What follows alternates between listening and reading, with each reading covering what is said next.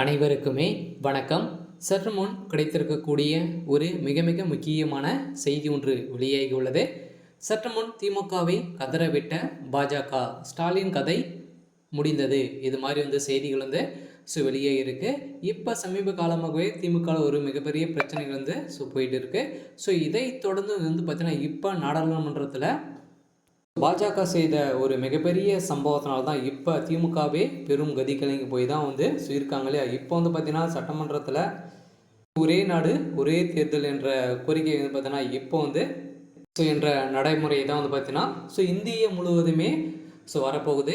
இதை தொடர்ந்து நிறைய கட்சிகள் பார்த்தீங்கன்னா எதிர்ப்புகள் தெரிவித்து வரும் நிலையில் சட்டமன்றத்திலே பார்த்தீங்கன்னா அங்கு எதிர்ப்பு தெரிவித்த திமுகவுடைய அரசு மட்டுமே தான் பார்த்தீங்கன்னா இதுக்கு எதிர்ப்புகள் தெரிவித்துட்டு வராங்க இல்லையா. இதை தொடர்ந்து தான் இந்த கூட்டணிகள் இல்லை அப்படின்னா திமுகவுடைய கதி என்ன ஆகும் அப்படின்ட்டு தான் ஒரு பெரிய கேள்விக்குறி இருக்கு இல்லையா. மேலிடத்தில் பார்த்தீங்கன்னா பாஜக வெற்றி பெற்றாங்க அப்படின்னா திமுகவால் எந்த ஒரு நடவடிக்கையும் எடுக்க முடியாது இல்லையா.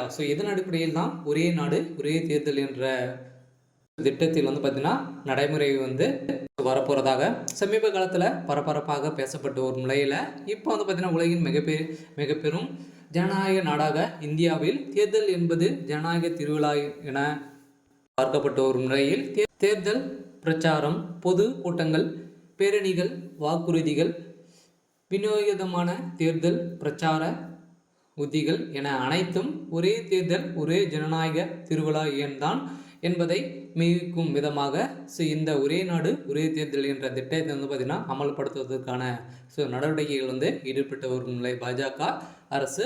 இப்போ இதற்கு எதிர்ப்பு தெரிவித்த திமுகவுடைய அரசுக்கு பார்த்தீங்கன்னா இப்போ எதிர்ப்புகள் வந்திருக்கும் நிலையில் தான் இப்போ முதல்வர் ஸ்டாலினுடைய ஒட்டுமொத்த கதையும் திமுகவுடைய கூட்டாரத்தை ஒட்டுமொத்தமாக ஒழிக்கக்கூடிய சம்பவம் தான் இப்போ நிறைவேற போகுதா அப்படின்றது தான் ஒரு பெரிய கேள்விக்குறியாக இருக்கு இல்லையா.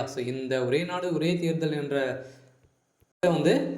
வெளியேறிச்சு அப்படின்னா திமுகவுடைய ஒட்டுமொத்த கதையும் முடிஞ்சிடும். அதனால் கடந்த டிசம்பர் 2023 முதல் ஆண்டுக்கு டிசம்பர் மாதம் வரையிலான ஓர் ஆண்டுக்கான காலத்தில் நாடாளுமன்ற தேர்தல் 8 மாநிலங்கள், ஜம்மு காஷ்மீர் யூனியன் பிரதேசத்துக்கான சட்டமன்ற தேர்தல்கள் நடைபெற்றன.